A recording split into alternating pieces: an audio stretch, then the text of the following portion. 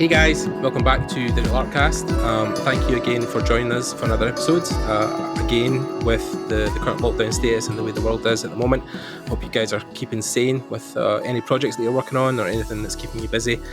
Another episode coming to you thick and fast from the last one, and today we have a returning guest, someone that we've had on before, and we thought we would catch up with him and see how the last couple of years has treated him. So if you guys can welcome along today's guest, Mr. Mark Molnar. Hey Mark. Hey guys. Hey. Different format this time. We're trying out the new video feature on Zencastr. So, and Mark was saying that he quite likes looking at someone when he's speaking to them. So we thought we'd give it a shot. Actually, it's always better because now. The past 1 year I had to be on a hell of a lot of meetings, and it's really it's quite annoying when you only see like only the icons of the people dots moving and the dots, and you don't see people's faces. So I really much more prefer to actually like talk see someone to actually people and see someone is different. Just because it's especially if you're in a group meeting. Just from the facial expression of different people, you can pick up certain stuff and like for example they have something to say or something. Mm-hmm. Yeah, I've noticed with the audio only version, it's like you do have these moments. It's different with me because I'm usually talking one-on-one. But there's a group of people. Yeah, sometimes you find you're talking over people, or people are like, no, you're trying to find your gap to like jump in and speak to somebody. So. It's definitely better like this. I think I'll probably do more like this. I mean, you guys can let me know in the comments below if you want to do the more kind of, if you want to see my face more basically, which I don't think you want a bit. But yeah, I've said to Mark, but for the guys who don't know, I'm wearing these glasses because the sun at the moment in Scotland for some reason has chosen to be in my face. So I'm trying to put them on so I can actually see the monitor. So the sun is Scotland. Yeah, I know. Like it's so crazy. Like I can't. The times you don't want it to be sunny, it is, and then the times you want it to be sunny, it's pouring with rain, so you just can't win. And this is 2 days after we've had snow, like 2 feet of snow piling through. And then there's this whole thing in America just now. Like I've been sitting on Facebook and people be like these rolling. I saw Carlo Ortiz was posting stuff about these rolling power outages, and I was like, what is happening across America? Jesus Christ, so many people were affected. So yeah, the world's in a bit of shock at the moment. So. Well, we'll get there. Hopefully Hungary's it's experiencing a dry peak. Or have you guys had snow or bad weather recently? Or? Yeah, we had some really crazy weather in the past like couple of weeks. So one day we had like 15 degrees, and like 2 days after we have like 15 in the minus. So it's like more this weird. We have these weird peaks. Instead of like just a normal winter, what we usually have. Normal weather, yeah. You don't get like the 4 seasons. It's like, especially I think in Europe as well. It's like in Eastern Europe, it's the cold is usually the thing you've got to worry about the most, but then depends on where you are. But yeah, hopefully we'll slug through and hopefully we're okay as artists because we get to sit inside on most of the times. It's definitely something I don't miss about my old job is going outside in the piss and rain. So again, another fact that people don't know, we interviewed Mark in 2017 when he was just about to have his first kid. And now his kid is turning 3 or is 3. It's crazy that, It was like more than 3.5 years ago because now my little dude is like 3.5. So that's pretty crazy. Yeah, fantastic. Yeah. I mean, like even it's one of these things where, I mean, no comparison, of course, because we just got a puppy before Christmas. We have a German Shepherd, and seeing her go from like this thing I could hold in my hands to like now she's like the length of me almost. It's like, and that's only a couple of weeks. I mean, with years past, you just start seeing. Oh, I remember when he couldn't walk and couldn't talk, and now he's doing both of those things. Like so that's good. A future artist in the making. Do you think, Mark, one day you're going to be training them in the ways of concept art? Buying his first baby Wacom, like my first Wacom and stuff like that. There's going to be a product for it. But then a lot of things have also happened in the last 3 years apart from your kid growing up. Pixoloid merged with Axis and have kind of been doing there's technical behind it. I'll let you get into it. So I wouldn't say merge, but we worked quite a lot with Axis Studios in the past like year or so. So. Mm-hmm. Yeah, you've done a lot of work with them. And then, of course, your team's probably expanded as well. You've worked on multiple now TV shows, movies, pitch for stuff. I mean, it seems, I think, when you're doing every day, you're going in and you're taking emails and you're taking meetings, but then when you stand and look back about everything you've worked on, it must seem crazy to think, when you were just yourself, right? You were just a concept artist on your own, and then of course now you have a team, now you have responsibilities, now you're working on these massive basically projects. how we started Pixoloid, it was quite interesting because I started with one of my really good friends back from uni, and he was a freelance art director at that time, and we were just basically we were receiving more and more work, and we just figured the next logical step would be to join our forces and form a company. So we just basically started, the two of us, and the whole idea was to slowly transition from being a freelancer to doing this studio, and now it's like I think the peak was like the 10 or 12 of us. Now we have like 8 artists in house, and we also work with project specific freelancers, and we completed like, I don't know, more than 20 like big budget projects in the past like 4 or 5 years, plus a lot of like illustration work and smaller projects as well. So it's really going well. And the funniest thing was, for us, I mean, to be honest, we were really scared shit about COVID, because like because the majority of our work was done for TV shows and movies, like about 70%, and basically all the productions basically stopped, all the shooting stopped, and everything. So we're really afraid what's going to happen. But interestingly enough, I think last year was one of the busiest year for us. So it was Right. it was really funny to see that, because it was probably because we were also doing stuff for games and animation, and so the movies went down a bit, but also in the other hand, like animation and more like full on CG productions went up.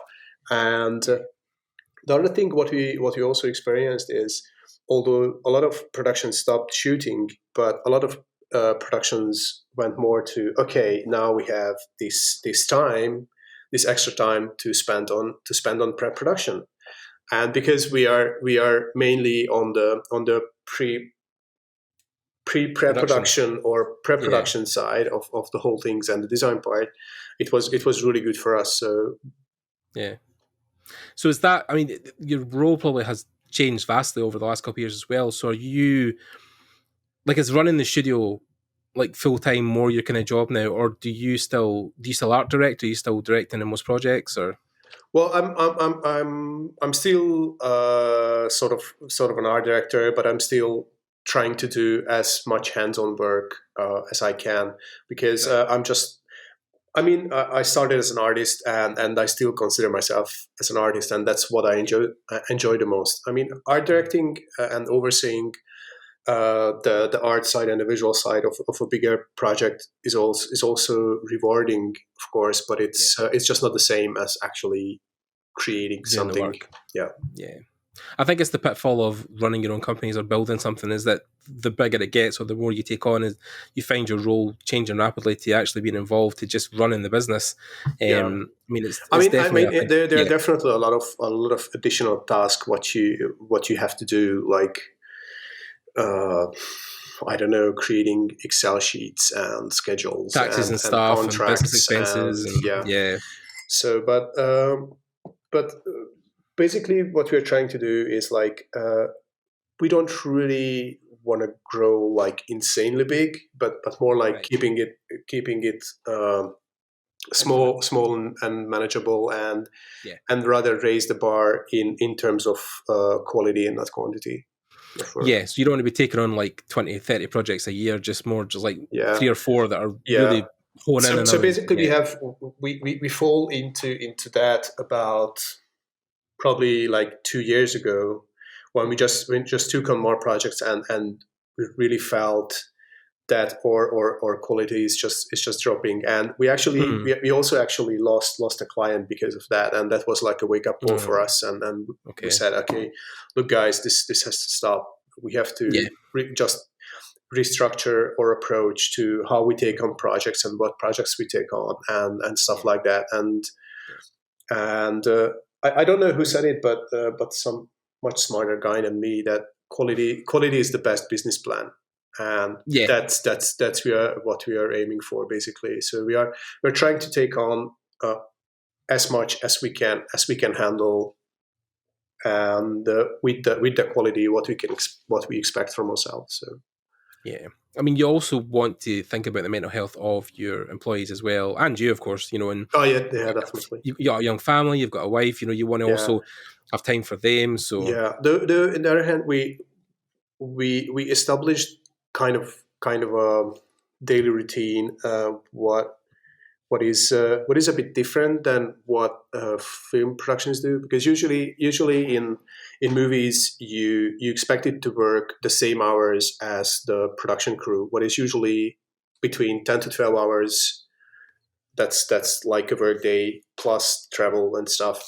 And to be honest, we don't really believe in these insane work hours, because you just I mean, I understand from the production point of view. I mean, like build the set building crews and stuff, because everything has to go on a steady base. But you just can't do creative work for 12 hours a day.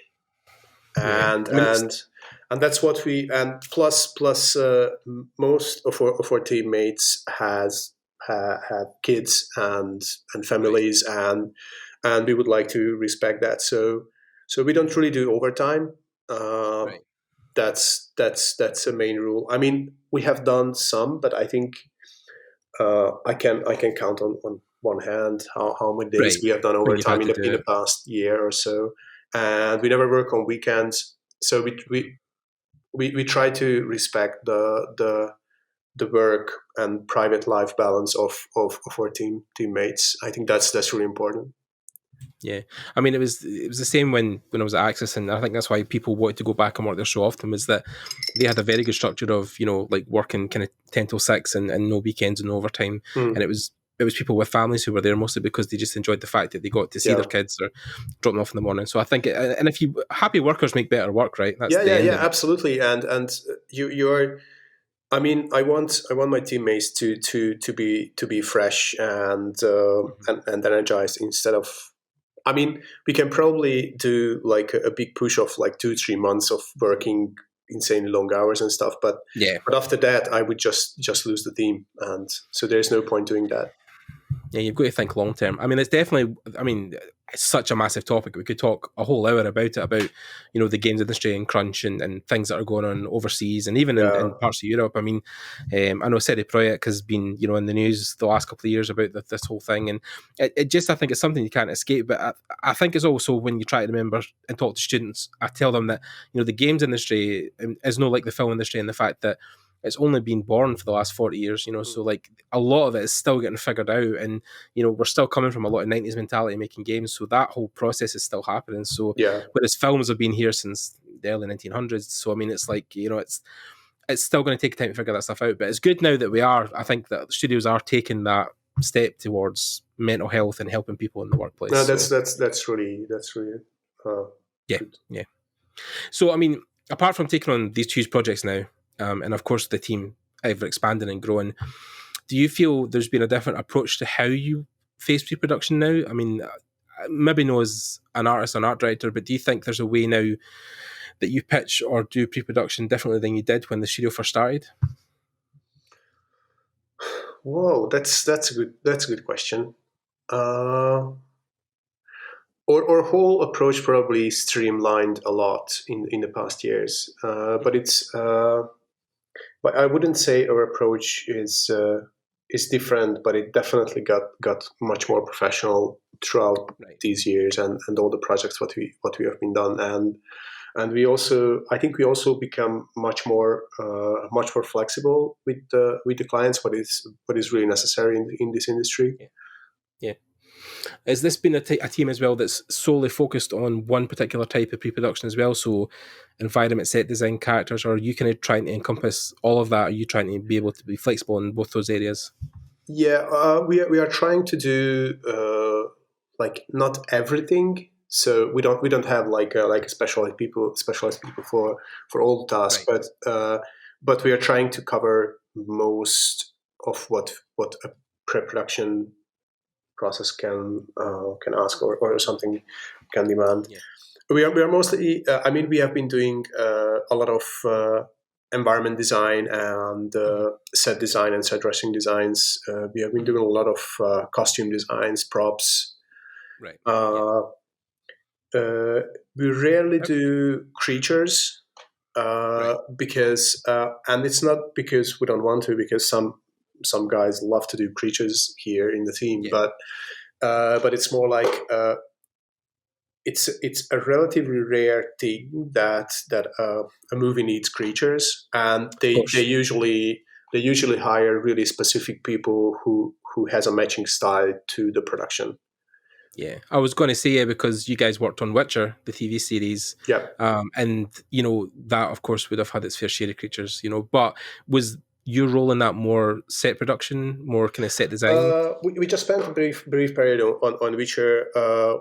We did some stuff in the very early pre-production, and what you have done is basically we have done a bunch of experiments about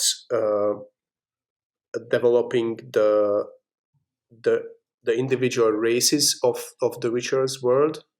Okay, So like how the dwarves should look like, how the dryads should look like, and stuff like that. That was one part. We have done some early costume designs, and then we went back at the very end where we had to develop some ethics concepts. Uh, so yeah. No, I lost your voice, so I can't hear you. I'm here. Sorry. It mutes occasionally. Yeah, because with Witcher there would have been a lot of things to deal with that because I mean CD Projekt would have done so much, obviously, with the game, but the TV show obviously it's never really had a real life adaptation. So there was obviously a lot to figure out there. But were you drawing anything from the production on the game, or was the production studio wanting you to do that? No, that was well, that was a specific request from the very beginning to Right, to stay away from the game art, and right, it's not because it's not good, but they wanted of to course, base the whole visuals. They wanted to create unique visuals for the show, of course, and they yeah. wanted to base it more on the books and not on the game. Yeah, I mean, it makes sense that these things can live separately anyway. So yeah, that probably was actually quite good actually, because then you're not, because the stuff obviously that CD Projekt done for the Witcher was incredible. So Yeah, you yeah, you yeah, didn't yeah. feel like you're competing on that level. You're making your own thing, your own path. So yeah, I mean, I think it's just trying to take snippets of like what you feels like your best work. But I mean, I know you guys obviously were involved also in Love, Death and Robots, which was a huge project, and I've never really got to talk to anybody on that side of it. Especially the guys at Axis. So for you, how much were you involved in that, and what was that experience like? Also, No, it was an awesome project. We worked we worked on the secret war piece in Love, Death and Robots, where the Russians are going after the monsters. That yep, one. What was produced by Digit Pictures, so we worked really really closely with them, and that was a really cool project because we had the chance to work really closely with the Digix team, and we came on the project pretty early on. So we did a lot of experiments about the environment and mood and hmm weather, and we had the chance to also develop the creatures from the very early like stage, thumbnail yeah, sketches, starting with the yeah, thumbnail sketches to the finals. So to the end result. Yeah, I mean, I think that whole project was definitely. I think at one point, there was memes going about on Facebook, and people were like, everybody's worked on it except me, because there's just so many people were working on those episodes and that whole mm, thing. It was. I think for Netflix especially, it was something people weren't really expecting to, especially because a lot of it was animated CG. There wasn't a yeah. lot of real life actors, so it was an interesting take. But then that was such a huge project, and I think anybody who had an involvement in that, it definitely was. I was always said it's been a great experience, and they really loved it. So, No, but actually, then from the creative yeah, point of view, it was one of our best projects from the past year. years, because we got a lot of creative freedom on the design side from Digic, and that was really rewarding. Yeah. So I mean, if you're taking something like that in Netflix, which is more TV based, and then you're working on something more like Rocket Man, again, I don't know the extent of work you've done on the film, but how again does that differ from TV and film? Is it just the production schedules? Is it the deadlines that are different, or the freedoms you have? I think our work is I wouldn't say exactly the same, but it's really similar. Of Mhm. course, it's a bit it's more that tasks are a bit different, because in Rocketman we have developed all the costumes Right. for the show together with Julian Day, the costume designer, Mhm. and so it was a really specific task that we had to uh, recreate the original costumes. What was More iconic looks, yeah. just uh, sometimes they were just partially documented in a Right. on a crappy backstage photo, and sometimes Yeah. sometimes they're more popular, of course, and we had to Yeah. recreate those. So that was it was different, but still a really interesting project, and I love the movie. Yeah, well, no, me too. Yeah, I think the whole cast was great. The whole musical, like turning it into a musical as well, and not having just a kind of straight um, origin story. I thought it Mhm. was a great take on it. And then again, it's funny when you watch these things. I didn't know a lot about Elton John's life, but watching what he had to go through, I was like, my God, like I think it was the same when I watched the Queen Mm. autobiography, or well, the Bohemian Rhapsody. It was the same. I knew so much about Freddie and the band, but then Mhm. seeing the in depth stuff, it was like, my God, the things they went through. So yeah, I mean, like again, more film stuff you've done, and then of course like the Magic the Gathering stuff as well, which has also been huge. Like, Mm. is that just a project that came to you through Axis as well? Is that something they pitched to you originally before you worked on Zendikar? Yeah, I mean, I came on board. So basically, what happened is we were talking about with Axis for a long time that that we should do sort of we should work together. We should do something together. I think I met John Beeston, the head of art, who is a super. John. We all love John. John's the guy. He's the man. He's a super super nice guy, and Oh I yeah. think I think I met him. I don't even know, like maybe 5 years ago, IW 2016 was the first year I met him. Yeah. at one of the THUs or something, Okay. and Right. Yeah. and and and since then we kept in touch, Mhm. and but sometimes when they needed somebody, I wasn't available, and when I was available and sending him stuff, they didn't need anybody. So it was just or we were just waiting for the stars to be aligned, basically, and yeah, and we started to, and they approached me to art direct the Zendikar Rising trailer, probably around this time last year, or maybe in January, or Right. and and then it's just sort of happened, because I just finished another bigger project here in Pixoloid, Yeah. so I decided to take that on, and then luckily we it turned out to be a great like work relation between us. So Yeah. later, Gaspar, or other founder, also joined another project as assistant AD, and as a company, we also provided a lot of designs for other projects. Yeah. So it was I really mean, good. I was going to say, yeah, because it's different from maybe a lot of the key things you were working on previously, because you were the art director on the project. I mean, I don't know how much you can talk about, but what was the relationship like between you guys and Magic? Were they giving you quite a wide berth to kind of have your own vision of how they wanted it, or did they already have a vision in mind? Well, I'm not sure how much I can say about like the workflow and process. Basically, how it Yeah. works is basically I think Wizards and Axis already has a long relationship between them. I mean, Mhm. they are creating them the main cinematics for years, and Yeah. uh, so Axis and the actual directors basically pitching story ideas based based on the new decks, and Wizards also pitching ideas internally, and from all these ideas, usually a story emerges, and that's what we are starting to keep working on Yeah. and finessing out. So yeah, but there was a constant communication with the Wizard side. Usually, we had 2 or 3 big client meetings where we went through all the stuff, what was created that week, or what has been done, both on the story side and the art side.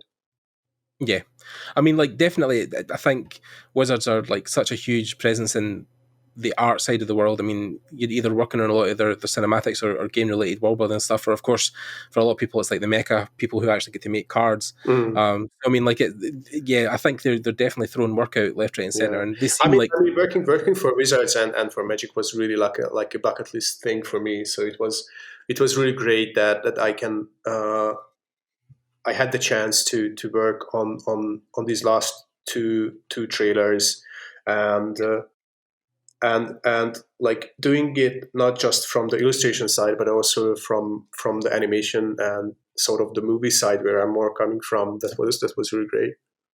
yeah. I mean, I'm forgetting now actually if you have, Mark, but have you ever done cards for Wizards? Have you ever done card illustrations? No, I haven't done any magic art. I have been doing some illustrations for AD&D.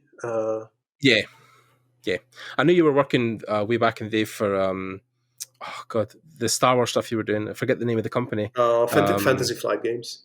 Fantasy Flight. Yes, that was it. Yes. So I take it as Magic, like the card wise. Is that something that's still on your bucket list? Is something you would still like to do at one point? I mean, I would love to work directly with Magic on the illustrations, but actually, what I'm much more interested in, or would be interested in, working with Magic on their art bibles. And Okay. what is basically, so they're always creating these art bibles even before the card illustrations, where they establish Right. the whole, what is basically the world building part of Right. what happens before each deck, where they Yeah. establish all the creatures and all the environments for each world, for each like Yeah. plane, how they call it. So, Yeah. and that's really That's interesting, because that's where all the design part is. Yeah, I was going to say it's the world building stuff would probably be more interesting because it's something you've got a hand in just now. So you're doing a lot of that for production as well. Yeah. So yeah, it I probably. mean, I would still have to do illustrations as well. It's just that seemed much more, uh, just simply much more interesting for me Yeah, from the yeah, design point probably. of view. So you've done. I mean, there's definitely been your fair share of TV shows, and you've done a couple of films with the studio. But I did also know, because I'm a huge fan of Airship Syndicate. You worked on Dark Side of Genesis as well at one point with the guys at Airship. So was that a smaller project, or was that something you were involved in from the start as well? Or Actually, that was a smaller one, and that was also with Digit Pictures. So, right, because how they approached us is, they were producing that trailer for Darksiders, and they I think they already had the 3D uh, animatic for the trailer. So what they or the one asked where he comes us, in and shoots the guys with the guns, like the big three-headed monster yeah, thing. yeah, yeah, That yeah, yeah. one. That's Yeah. that's the Okay. one. Right. Yeah. Yeah. So, Yeah. and basically they approached us. Okay, we just have to establish like the overall visual look for this whole thing. So we had Right. to, because like the concept art for the game was was totally different, and it's in a more illustrative and a more graphical style, and we have to Right. take that and translate it to a more cinematic universe, CG. and Yeah. that's what we did. So basically, we wanted to create like the keyframes. Okay, this is a 3D animatic, but this is how it's going to look as a final. Right. Yeah, definitely. I mean, like, especially that whole world. I mean, I know that I'm a huge fan of Joe Madureira. I mean, I think his Yeah. work is, for the last 10, 15 years has been just incredible. And I think, yeah, it's getting to touch on some of the stuff. Because, I mean, the game stuff, obviously, as well, I think it's still cinematic, but then it's. Have you guys done much work within game production as well? Do you do any pre production for games as well, or is it mostly just cinematics? Mostly cinematics. From time to time, we are also creating like marketing art, and Right. sometimes we take part in the early pre-production. Like we have done some character development for some companies. Unfortunately, I can't talk about it much, but Yeah. we do stuff like that from time to time. Yeah, yeah, because I did notice, actually, just randomly watching a trailer or watching a cinematic, that you done some work again with Digi. I think it was for Rainbow Six, right, for Mm. Ubisoft. So yeah, I mean, there definitely is. There's always work there because, I mean, as we well know, the way games sit now, like a lot of the cinematics or in-game stuff is now very lifelike. So Yeah. it's also blurring the lines between cinema and game. Yeah, So that's where we probably came in because I mean we are more coming from the uh, live action side, but also creating concepts, and that's I mean that's sort of the world between worlds. yeah, is that's a weird thing as well. Just as we're touching on kind of concept art in general, but do you feel, because the industry evolves so quickly. Everything changes from one day to the next. There's a new Mm. program, there's a new tutorial, there's a new way of looking at things. And I know recently Clinton done a whole podcast with ArtStation about the future of environment art. But do you feel like talking on the future of concept or initial pre-production design, how do you think it's changed in the last couple of years as well, especially? Because I know for at one point, photo bashing in 3D was all the range. But what do you feel now is like your pipeline for stuff you do? I mean it really depends. We definitely use more and more 3D in our workflow, uh, but what we usually do is we are doing we're always doing daily deliveries, and it's probably coming from our live action work, Mhm. and uh, and sometimes I mean we are just trying to find tools and workflows what can be uh, I mean, do you it's feel really like, hard to say especially that. within your new stuff you're doing just now, do you feel you're still painting as much as you used to, or is there more? Is there more side of it because of the speed of the things you need to deliver? Do you feel like you're putting together stuff more with pre-made assets, kit bash, photos? Like, how much painting are you? Because I know one person, especially I spoke to recently, saying that like production is so different from when he used to do it. Like he doesn't paint at all now. Like he mostly just is using 3D and photo textures. Is that Mhm. kind of how you're doing your stuff now? uh, yes and no. I mean, it really depends on your approach. I think the most important thing is that your artwork should communicate your design ideas perfectly. And if you can communicate your ideas with pencils or with a speed paint, Yeah. that's also absolutely fine. Uh, but it definitely helps to sell the stuff what you're creating if they are more realistic, and and 3D is getting more and more user friendly as Mhm. well, like with Blender and stuff like that. Or I used recently I used Adobe Medium, like VR sculpting a lot for blocking in certain stuff, because like just the workflow is just so fluid and so fast that I can really quickly block in a few things what I can render out in Blender and paint over in Photoshop, and I can just get to a much more realistic result in a shorter time. But I think it's more because the decision makers are are becoming no, I don't want to say that. So more and more less artistic people getting Mhm. involved in the decision making, if you know what I mean. So more and more producers and more the Mhm. money people Mhm. are part uh, of making a decision. And if you're presenting to them, so if you're presenting to a production designer or art director, he or she can understand what I'm talking about based on a pencil sketch or based on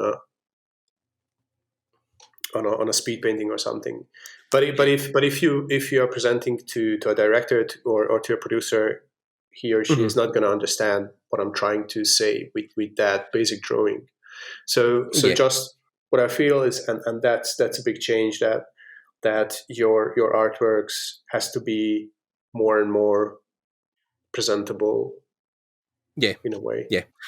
I mean, it's interesting if we talk about VR as well. I mean, I just before Christmas here, I just managed to pick up one of the Oculus Quest 2s, Mm. the I have wireless that one. one. Yeah. Yeah, I've got it sitting just next to me. But then, yeah, the VR side of it. I mean, that was what was fine for me. I mean, I remember Yama. I think it was one of the THUs or something, or even the iMag. He had the original Quest One, which was wireless, and he was bringing it out in a case and saying, "Oh, try this." And he was using Medium at the time as well, or what when maybe Gravity Sketch or one of the ones that was involved in it. But then it was blowing people's minds. They were like, "Oh, there's no cameras, there's no wires. How do I use it?" But it is becoming so more freeing. But then I remember Chris Rosenworth was doing a talk, and then he was talking to one of his production buddies as well. But I think about working on one of the James Bond films about how they were using it to basically build the sets in VR and then put it on the director's head, and he could like literally walk about in the set, like, "I'll move that a bit left, move that a bit right." So I mean, like, I mean, it'd be interesting. you can do the same thing. Yeah, I mean, a lot of the productions. I mean, set builders using SketchUp because it's really easy to use and it's a really easy to use CAD software. And you basically have the fly through mode in SketchUp where you can just basically walk around the sets, and you can easily do that with a VR headset, and that's how they were testing. Like in the Alienist 2, they were testing all the sets out like that way. right. Yeah, I mean, definitely, I think it's going to be a thing where I've seen people even taking models, that they're making, and then putting them into Photoshop or taking snapshots of them and then use them as basic design for building a set. Do you see that will be more of your, maybe not specifically Pixoloid, but do you think that will be something that will be used more in the future within pre-production for film? Definitely. Yeah, Yeah, awesome. definitely. I mean, it's still a long way to go in terms of detail and quality what you can produce with Yeah, VR, but it's getting better every day, and yeah. so I think it's how I see is like at what I think the hardware is getting perfect for. I mean, getting really usable. I mean, in Yeah, a production as well. So just in terms of, I don't get motion sick or anything. I mean, yeah, I am I'm experimenting with VR for quite some time. I mean, I remember buying like the first dev kit of Oculus, like I way don't back know, in the day. Yeah, 8 years ago or something like that, something like that. Yeah, 8 or 10 years ago. And yeah, I mean, it came a long way since that, and now it's super nice. It's super comfortable. yeah, I don't get tired working in it, and just the softwares, all the sculpting softwares and modeling softwares are getting better and better with every yeah. release. So how I see it is like it's like Photoshop in the early days when Mm-hmm. you could do you could already produce good stuff with it, but it's just needed Yeah, certain features and a certain the extra push. the Yeah, extra push and but people are already using it in productions. I mean, I used VR to block in entire locations for both of the Magic trailers, for example, right. and like for the latest one for Kaldheim. Uh, so what I basically done is I blocked in a complete location and did a concept what got approved by the director, and with some minor changes, and also Wizards of the Coast, and then I could just pass the concept and the and the high-res model of the VR sculpt to the production team, and they just detailed it up to have the final location. So it Interesting. really Yeah. Yeah, I was going to say. I mean, just to think how far it's come, even in the last couple of years. I mean, like I say, from Yama, showing us early on in one of the events, and then until now, it's like fully getting used in production. It's I think even to an extent, Blender was like that, where it had a couple of years back. Even when I was in university, still people were talking about using it as a free alternative to Maya and Max. mm, Now it's there's so many. I mean, there's a few professionals who are using it readily, but then I think it's becoming so much more widespread. I mean, I know now there are several people I know who are working production in environment art and games, and they are using Blender in their day to day. And production has no issue with it. They're No, I kind of also like, we also use Blender. I mean, I've experimented with a lot of 3D softwares, but never really got the hang of any of it. To be honest, I mean, right, I was using Modo. I was experimenting with Maya and Max yeah, and stuff like that. I mean, for sculpting, ZBrush is perfect, but for 3D modeling, I mean, I don't know. I just didn't get the hang of it. And with Blender, just in a few weeks of learning and trying to pushing myself, I could get to the level where I could create something. So I think yeah. just a base learning curve is just so short with Blender that it makes it really really user friendly. Yeah, which is powerful. I mean, I know when I spoke to, I think was either Jose Vega or one of the guys, they were saying stuff like, every day you wake up, it's the best day to be a concept artist because every single day there's something else out, there's some other course came online or some new skill. Miche, especially when we spoke to Miche, he was saying, having born out of Learn Squared and built that whole school, he has just seen how vastly different the field is. I mean, when I left my job in 2012, ArtStation wasn't even a thing, right? That wasn't even on the map. So, and now there's like 3 or 4 schools in my area. I know they're actually building one in Glasgow just now. Uh, shit, I forget the name of the school, but they're down in London just now. They do private courses where you can pay a couple of thousand, and they Escape Studios, I think, is that the one that they're called. But then they're now forming one in Glasgow, and they were looking for people to teach. But yeah, like, so it's got to a point now where like there's going to be a school in my local area, and up until then it was only universities, and even the courses they offered were very basic. So yeah, and now of course you've got guys like Darek Zabrowski, who has focal point across now in Poland, and you can literally walk into Darek's door and Yeah, ask him to teach Derek stuff. and Mika is awesome. Yeah, I Yeah. love Oh no, those guys. the whole thing they're doing is incredible. And Mihail as well, like his stuff is Yeah, incredible. So but basically that's why they started their school as well, because what we were experiencing, they were no schools around. So basically, yeah, I mean, I also went to LA to learn at Concept Design Academy, and I had to go there because there weren't any schools in Europe, basically none, yeah, yeah. And now, and that wasn't that long ago. So, yeah, I mean, even stuff like Brainstorm, for instance, because they now have a school that teaches you cutting edge stuff with industry artists who are teaching you, but then of course it's the fraction of the price. So compared to going to somewhere like Art Center where you're spending upwards of 100,000 a term, I think their courses start from like 3, 4, 5,000 for a single term. So yeah, I mean, there's definitely there's no excuse basically. There's no excuse not to learn stuff. There's so much online, and I mean it's difficult as well. I think, right, because this is the balance and something I want to get into with you as an artist, where it's something I've seen from an outside perspective. Because short backstory: when I started as an engineer, when I was hired, I didn't know how to fix a data point switch, rebuild a telephone. All that kind of stuff was taught to me when I joined. Like they gave me the job in the essence that I would learn, and I'd done my 3-year apprenticeship where I learned all that kind of stuff and then got into a position.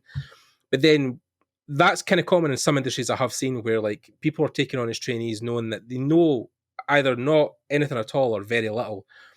Whereas guys who come in on the lower level or try to get in the lower level of games production, cinematics, the bar is quite high that you have to kind of pass before you'll even start to get work or start to get noticed by studios. Do you feel like that's something that is healthy for the industry, like having that bar higher, or do you think there should be room for people on maybe the lower end, that who want to maybe get in the industry, but maybe don't quite have the skills yet, but want to learn and want to be part of it? I mean, in one hand, it's good because it definitely raises the quality bar, Hmm. the general quality bar of the industry. Yeah, But it also makes the beginners really hard to get in. So yeah, and I'm not sure how it works, but back in the days, I think they were much more like trainee sort of things, or like uh, or getting a company just for a few months of work experience and stuff like that, yeah, and this is getting much rarer than before. Yeah. I mean, we talked a kind of while back as well, where you were talking about one of the problems you had at the moment was that, there was so many seniors who already had a buttload of work. You were finding it hard to find people to work sometimes because all the seniors had work, or they had jobs, or they had too much work. So you were trying to look towards maybe lower tier people who could maybe do the work as well. But then that was also hard because there wasn't as many of them. So you were obviously thinking at one point you might try and bring people in as well. But how for you also is that as a studio? Do you think there is also an inherent risk in bringing people in that are, maybe substandard or aren't quite at the bar yet? Do you think there's actually we tried that in the past years a few times, and it didn't work out because we just felt.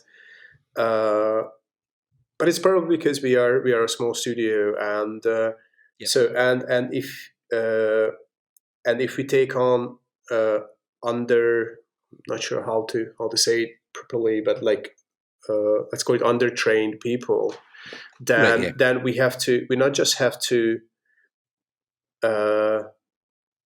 put in.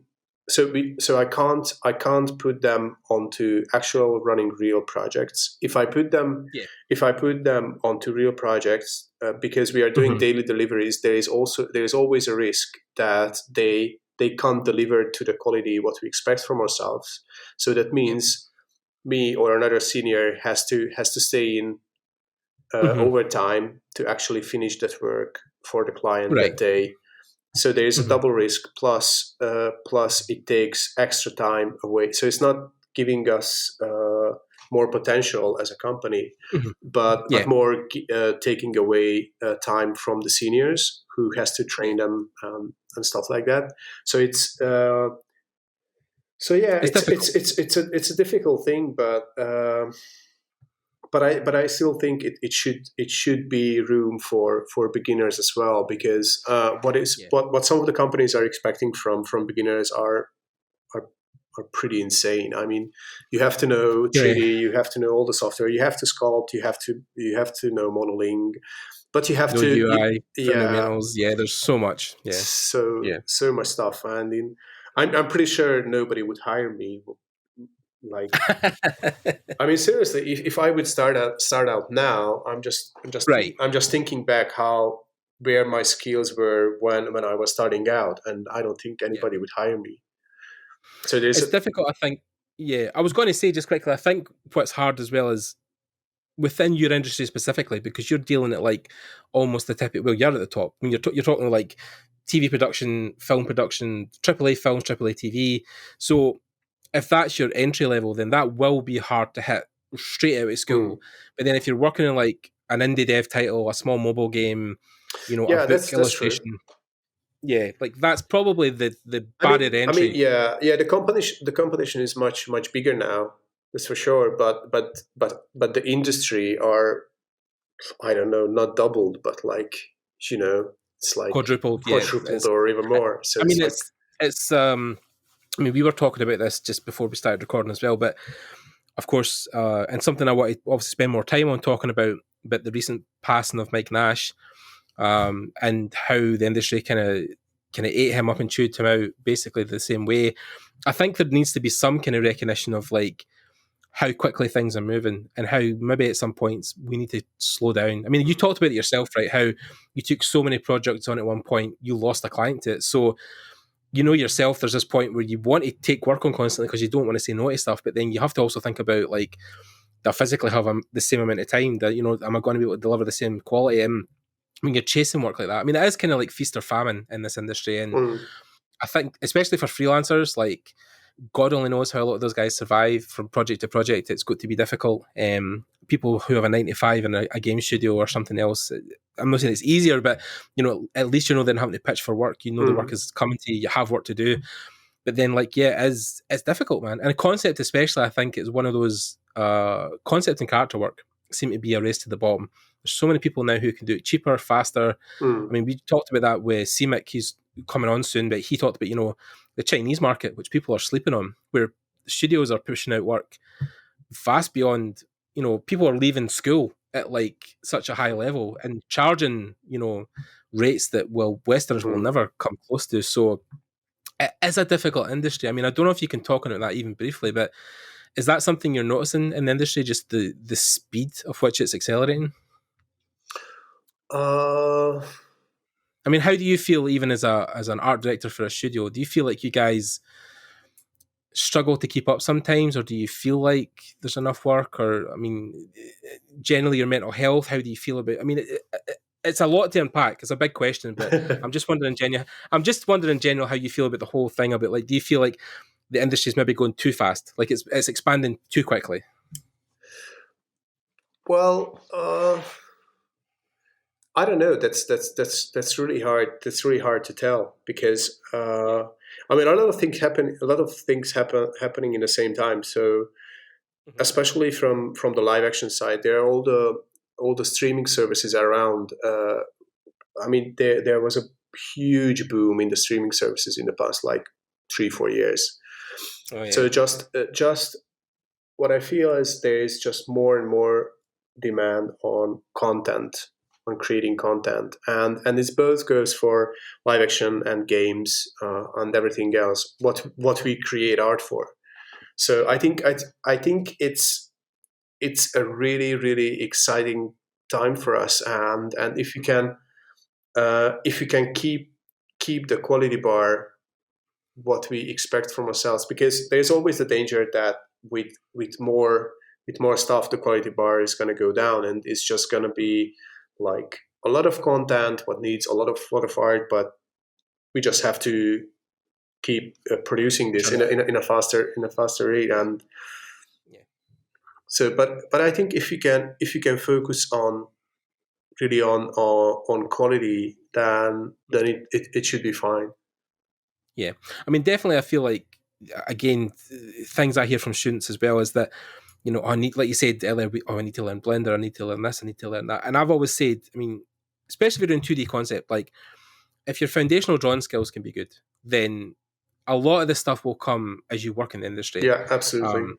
You can teach people a bit of Blender, you can teach them about 3D production, but physically teaching somebody how to draw well is something you can't really spend a lot of time on. That almost has to be something they have to do on their own. It's the same as sculpting. I mean, I know Raf talked about it ages ago, where he would rather hire somebody who was an excellent sculptor, but maybe didn't know substance paint or retopologizing to an Those are extent. just tools. I mean, Yeah, exactly. yeah, Yeah, it's not. you can pick them up. You can pick up those skills pretty easily. Really, I mean, honestly, anyone can learn a software. It Yeah, just takes time. So if you put in the yeah, time, you're gonna learn how to use the yeah, tools.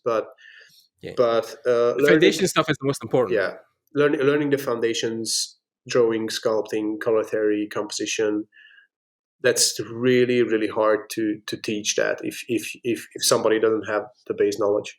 The drawing skills, yeah. I mean, you say that. I mean, your book, which of course now there's a second edition out. You've got your new book out as well.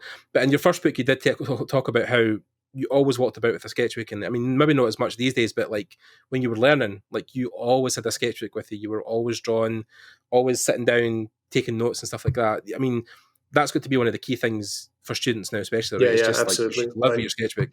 Yeah, life drawing classes, environmental stuff, urban sketching, creature, go to the I mean, zoo.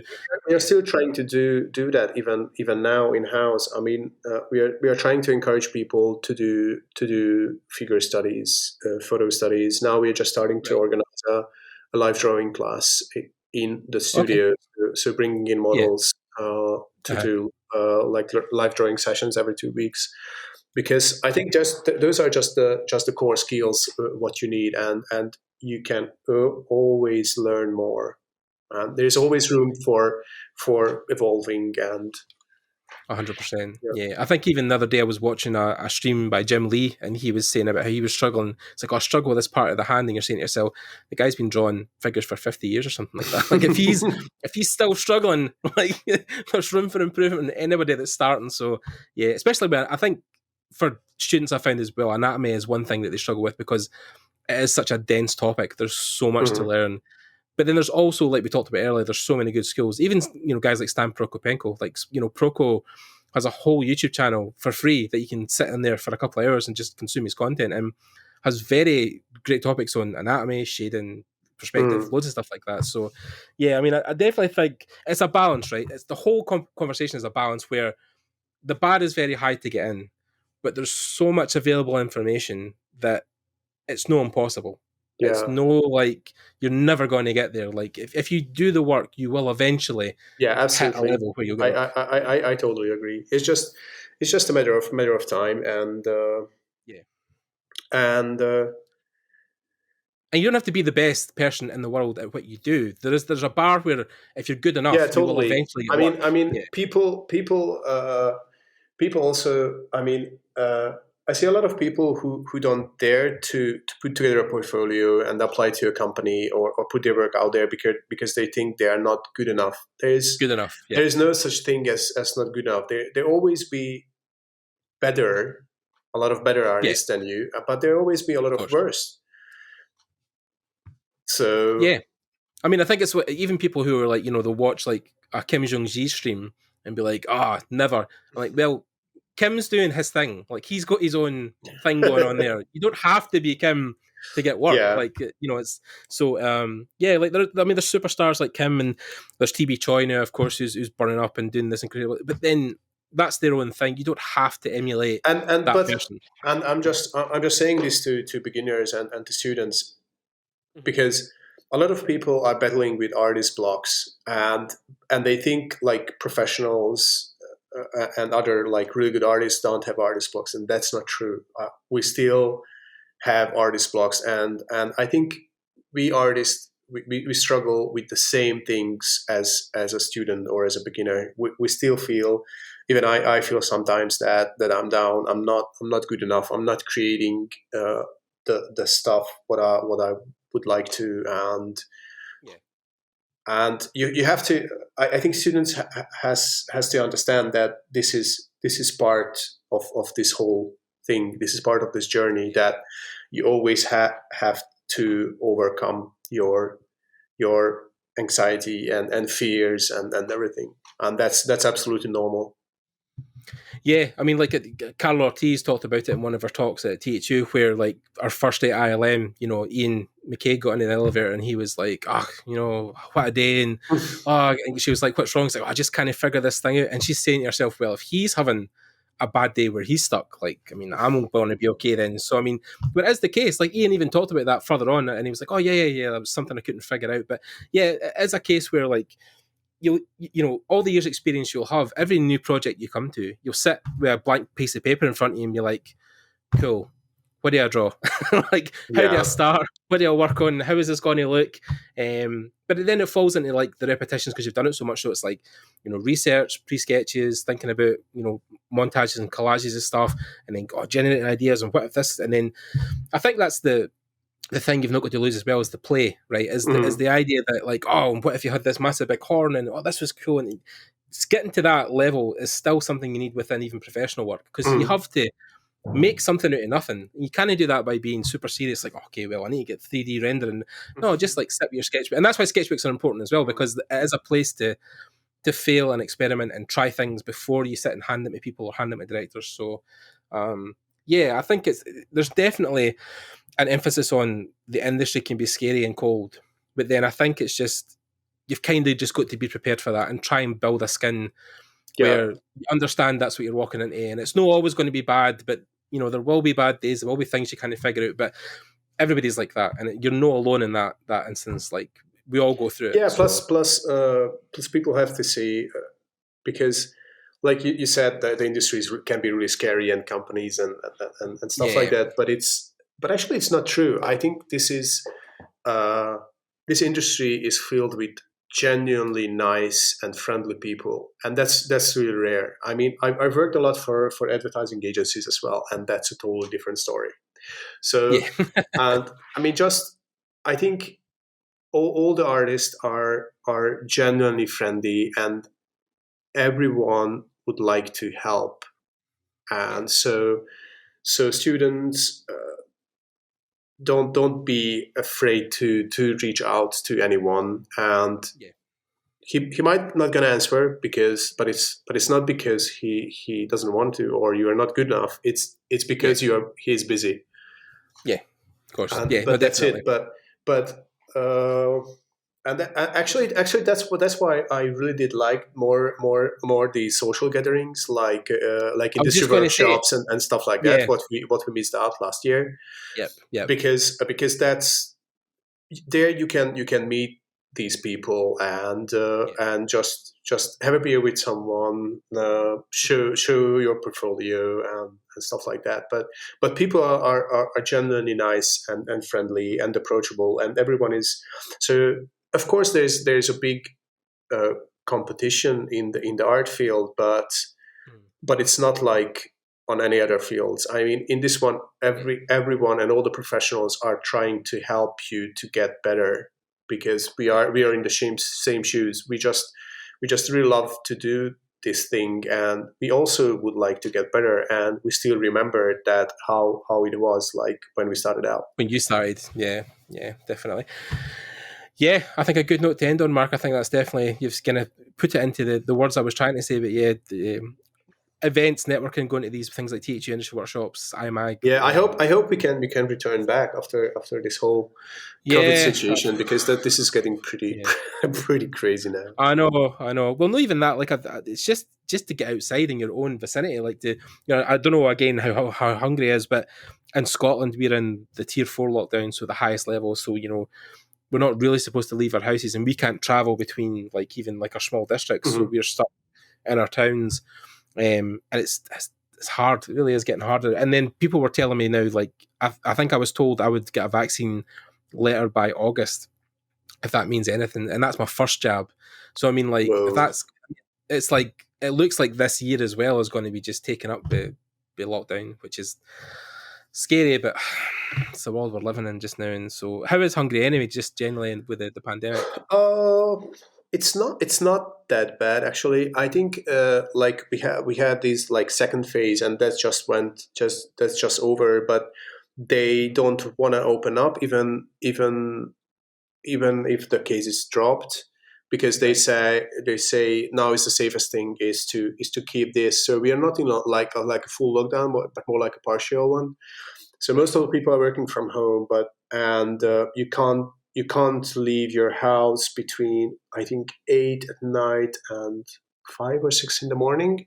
There's a curfew. Yeah, yeah. I know Yeah, Holland recently done the similar thing. So, yeah, but which makes and you sense. have to wear masks and everything, and of course, Yeah, of like course. like uh, like social places like restaurants. So you Mm-hmm. can only get stuff for takeaway, Takeaway and stuff. Yeah. and of course, like theaters and cinemas are closed, and Yeah. venues I are mean, it's going to closed. be But interesting. Yeah, I was going to but say, even like yeah, you having a kid as well, it's going to be difficult with, because he'll want to go out all the time and play and stuff like that. yeah, So, and that's yeah. going to But be hard but as the well. funny thing is, like primary schools and childcares are open. Right. So Yeah. because and they are trying to keep that. I mean, you have to wear masks and everything, even in primary Mhm. schools, and Yeah. they are measuring your temperature, or your kid's temperature when you go into the childcare and stuff like that. But they still can go, and people are going to work and stuff like that. So it's like this weird partial thing, but it seems to sort of work. Be working. Yeah. I mean, it's difficult with the UK as well because we just passed 100,000 deaths, which is crazy. So, like, I know it's mental. And now, they're talking about, like, oh, they might start to ease restrictions. But then, of course, Scotland, Wales, and Ireland are all like, well, no, because people are still sick and people are still getting infected. So let's not do that. But of course, Mm. Mr. Johnson's like, oh, no, it'll be fine. We'll open up partially in a couple of weeks. I'm like, oh, God. It just seems like it's never ending. But I'm hoping, because our vaccine's we're obviously quite high just now. I think we've got something like nearly 20 million people have been vaccinated. So Well, it's that's pretty looking like, good. Yeah. yeah, if we can get everybody inoculated at one point, I think that will obviously help stop it as well, because then that obviously Yeah. stops the risk of infection. And so, yeah, but it's a weird world to live in right now. So, Mm. oh No, God, definitely is. I hope it ends. And not even that, I want to go back to Lightbox and stuff as well. That would be great to go across to America again. So, yeah, we'll see what happens. But anyway, Mark, thank you for your time. No, thanks for the chat. It was really cool. Yeah, man, awesome. Good to catch up after a couple of years, and I'll call back when your kid turns 6, when he's older again. So yeah, definitely. But yeah, I mean, thanks again, yeah, for coming on, and I hope you guys at Pixoloid and stuff are doing well, and the work you're doing is incredible. So I hope that just continues as the year goes on, and yeah, if you guys have any questions for Mark or anything, you can check out his website. I'll leave all his links below in the description. I'll also leave a link to his book, Behind the Pixels, which is really great. It's a good book if you are a beginner and you want to learn a lot of Mark's secrets. He basically spent a whole lot of time putting all of his information in his head into a book about how to be a concept artist.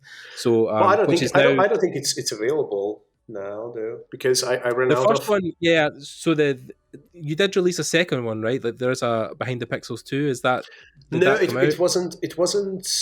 It was planned to release, but then it Mhm. didn't.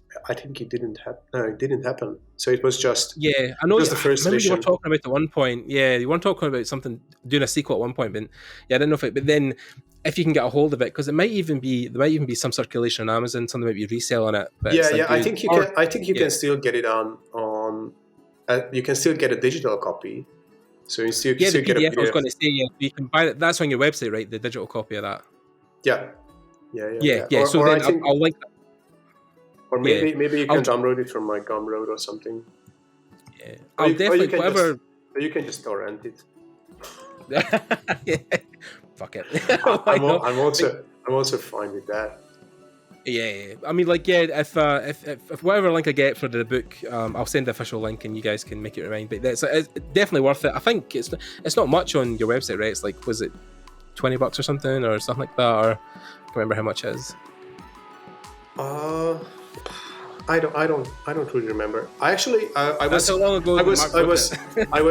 I was thinking about to putting it up onto ArtStation, the ArtStation marketplace for Right. just for download, a digital copy Right. for like, I don't know, $15 or something. Right. Because I okay. don't. Well, yeah. Well, yeah, of course. Well, by the time I get this edited anyway, Mark will send me the link, and then if you guys want to go and purchase that, I would definitely recommend it wherever you get it because it's a great book, and definitely is like a bible of how to be a concept artist. So if you're struggling about like where do I start, then Mark's book is. And of course, Mark didn't just write it on his own. There's other people who have came in and done articles for him that are also concept artists who also speak about the process. So it's a great book to have. Thank you, and man. yeah, if you have any questions, yeah, you can also get in contact with Mark. He's always happy to talk to people. So yeah, loads of things. So. And thanks to you guys who have listened so far. Again, with the format of the video, if you guys are enjoying it, let me know. You can leave comments below. We also have a Discord that's in the links below as well. If you guys want to join, I think we're nearly 200 members just now. People are in there sharing work, talking away. So if you guys want to join that, that's there as well. And yeah, just again, thanks to you, thanks to Mark, and I'll see you guys in the next episode. Cheers, guys. Bye, Bye-bye. everybody.